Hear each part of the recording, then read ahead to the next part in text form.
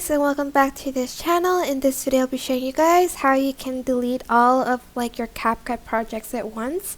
So as you can see, the projects aren't here. This is just a project. So you are going to go to menu and you're going to go to back to home page, and once you're done with that, you're just going to go to the grid one, not the list one. Okay, select the grid one.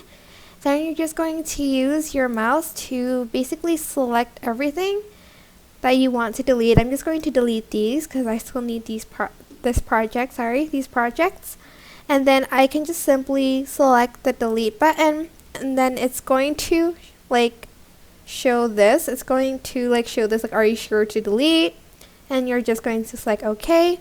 And as you can see, all of your projects are deleted, well, except for these because I still need these, but you get it. I hope this tutorial was helpful for you guys.